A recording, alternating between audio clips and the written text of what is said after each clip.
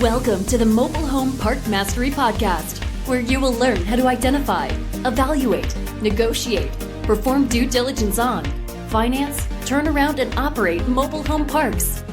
And now, here is your host, the fifth largest mobile home park owner in the United States, Frank Rolfe. In 1987, roughly 34 years ago, Donald Trump released a book called The Art of the Deal. I read that book as many did. It was all about the creativity required to forge really good deals. And it is true that there is an art to making deals, and the creativity is very, very important. But yet there are limits to creativity. This is Frank Rolfe, the Mobile Home Park Mastery Podcast. We're going to talk about when you can't fix a mobile home park deal using raw creative license. So let's first start off with what happens in the classic deal where you want to have somebody carry the paper, but you're doing this because the deal doesn't make sense economically. So you're really effectively overpaying, and you're trying to make that back by having them carry the paper at, let's say, a really low interest rate. And we've constructed some wild ones over time. We've done deals that are 0% interest year one, 1% year two, 2% year three, etc. You can really construct anything you want between a willing buyer and a willing seller. But on that one, that's not going to work unless they carry it all the way to the end. If someone's going to give you, they're going to swap you, paying too much for the property, and then you're going to make it back with low monthly payments based on their very constructive mortgage, it doesn't help you unless the mortgage goes to full amortizing length. So if it's a 25-year amortization, you'll need to go 25 years out. It can't be where they have a balloon after 5 years. 5 years, you haven't made your money back. Now you've overpaid, and the way you were going to get it back with that super attractive financing, that's no more. So if you want to try and do creativity with financing, and there's nothing wrong with that, and we've done that many times. The problem is that is only going to be effective for you if they will, in fact, carry all the way to the bitter end where you have the thing paid off in full. It can't have some kind of very temporary short balloon payment. Also, let's assume that they want to do a deal that's zero down. That's how you're going to creatively patch the deal together. The thing needs a whole lot of work. So, hey, I'm going to buy this thing with zero down, and then I'm going to, put my hard-earned efforts into turning this thing around, but I'm not going to have any money at stake in the deal. Well, zero down doesn't work if it needs a whole lot of capital in it to solve it. A really good zero down deal is one in which it's mostly just labor, aesthetic issues that make the park unattractive, things you can fix with a paintbrush and a lawnmower. But what if it has a packaging plant that requires $1 million capital investment to bring it back to life? That's not a zero down deal. Sure, you gave the seller zero on the front end, but then you had to put $1 million into fixing that packaging plant. That doesn't hit the goal whatsoever. So if your creative mission is to do a zero down deal, it has to be a true zero down deal, and it does not need a whole lot of capital outlay to bring that old park back to life. Number 3, let's say you're going to do a wrap note.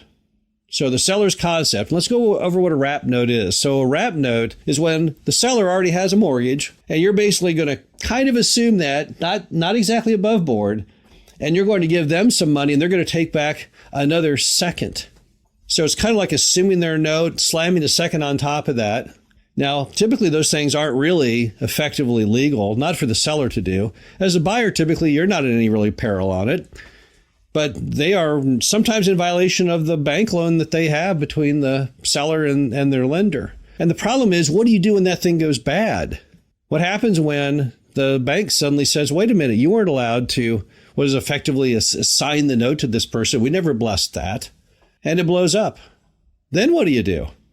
And also, sometimes the seller's going to do on the wrap note, they're going to leave that thing in the title in their name. They have to, or it will trigger the mortgage. What happens if they die? How are you going to get title? How's that going to work? So be very, very careful when the wrap note is your creative concept, because those wrap notes can be very, very dangerous, very volatile. You can't put a whole lot of money down on a wrap note. If that bank calls that note due and the seller can't afford to pay it off and you can't afford to pay it off, well, what in the world will be the end result? You're going to lose the property, clearly, and you're going to lose whatever money you put into it. So be very careful. If the wrap note is your art brush, your canvas, that you have that thing done in such a manner that you won't be heavily burned. One good idea is to read the seller's note with their bank to see if it disallows the concept of doing the wrap. Shockingly, some of the notes don't have a problem with it. If you read the document, it's not excluded. Others very specifically say you cannot do that. I think that would be one way to definitely improve your odds of getting in trouble with the creative wrap note construction. What if the seller wants to guarantee you rent? Let's say that they say, well, you can surely fill these lots. I know my number. My sales price isn't really going to work if it's evidenced by the true current occupancy. So I'll go ahead and pay you lot rent on some subset of those vacant lots for a certain length of time. Well, that's creative and all, but that's not really going to work. Unless they're going to go ahead and pay you on that lot till the 25-year amortizing end of the deal. And even then, it still didn't really help you that much. A lot of times the sellers are going to try and bond around immediate problems with short-term money on a long-term solution. If you go ahead and pay them a price and you put 25-year debt on that deal, but they're only going to guarantee you 5 years of income for what you put a 25-year debt on, clearly that puts you upside down from the onset. So if the seller wants to guarantee you any amount to try and offset or make sense of his pricing, that guarantee would have to stretch for decades. Don't let him get away with just doing it for just a few little bits of time. What about if the park is illegal? Can I fix that creatively? No, I can't fix creatively ever the park being illegal. And by illegal, I'm talking about a certificate of zoning, which states that the park isn't legal conforming, which means legal, isn't legal non-conforming, which means grandfathered, but simply is illegal. That means you have no right to operate that park. None. There's no way you can creatively fix that. Even if the seller says, well, you know what, I'll do a zero down non-recourse deal. Do you really want to put your effort into that? You'll never be able to sell it, never be able to finance it. Now, if creatively your thought is you're going to go in and try and get this permit fixed while you have your hands on the deal and are operating it, well, okay, fine. But many times people will buy those things or think they're buying those things with the expectation it'll all work out in the end. It doesn't work out in the end. Even if you have zero down and non-recourse, you're still not really building an asset. You're much better off putting your time into something that's actually legal to exist. Another item you can't really creatively work around is a failed phase one environmental. It's a toxic issue. If you put your name on that title and anything blows up, they're going to come after you to clean it. Some of those properties to clean can be millions and millions of dollars. So I don't think you can constructively, creatively work around a failed phase one. So that's another thing you really can't fix with creativity. You also can't fix a terrible location with creativity. Let's assume that you run the test ad and it doesn't pull at all because no one wants to live in that part of town.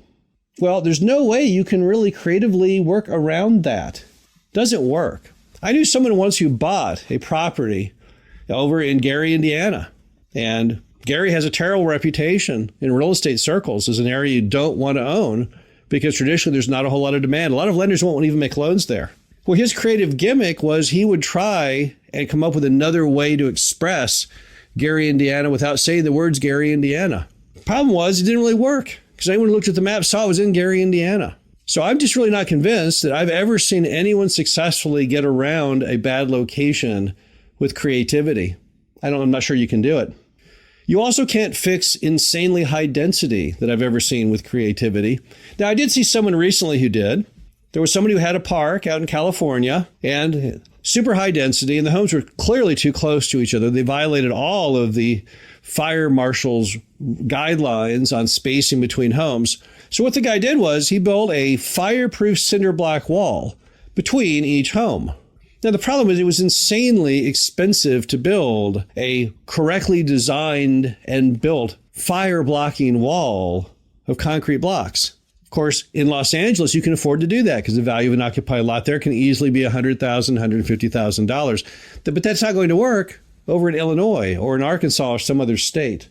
Typically, when you have insane density, the problem is that the lots are too small to hold modern homes. Never be able to fill any vacant lot. And if you have a home burn down or fall down, you can't put another one in that spot.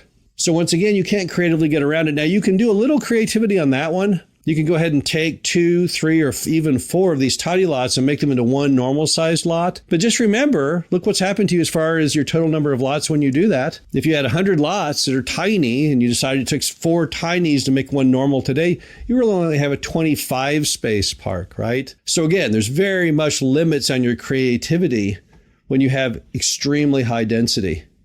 And then finally, bad private utilities. When I say bad private utilities, I mean failing utilities. So what would that be? Well, let's say you've got the septic fields not working. It's spongy. You're pumping the tanks constantly. Let's assume that water well's not working. You're trucking in water, giant trucks every week to fill up the old water tanks so your customers have water. Let's assume that your packaging plant is leaking, or maybe your lagoon is as well. You can't creatively get around that. You're going to have the EPA on you in no time flat, finding you, who knows, $10,000 a day. And the capital cost to fix those things is more than you'll ever be able to afford. So once again, there's not really a creative solution on those. The only solution, which isn't really creative, is to fix it. But a lot of times people will think, well, there must be some creative way I can work around this. No, there really isn't. It's going to be capital intensive to fix it. You got to move quickly. There really is nothing that you can do as far as like painting around that with your beautiful canvas. The bottom line to all this is that there is a lot of art in making good deals. Creativity is super important. Many of our best deals were forged using very creative thinking. Here's the reality of what the seller wants.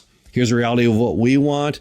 How can we merge these together? So I can't say enough about the fact that I think creativity is a vital force in mobile home park deal construction, but it doesn't always work. You have to understand that there are definite limitations to creativity. This is Frank Rolfe, the Mobile Home Park Mastery Podcast. Hope you enjoyed this. Talk to you again soon. Thank you for listening to the Mobile Home Park Mastery Podcast. Be sure to visit us at mhpmastery.com to subscribe to the show, read our show transcriptions, and access all of our great information on mobile home park investing.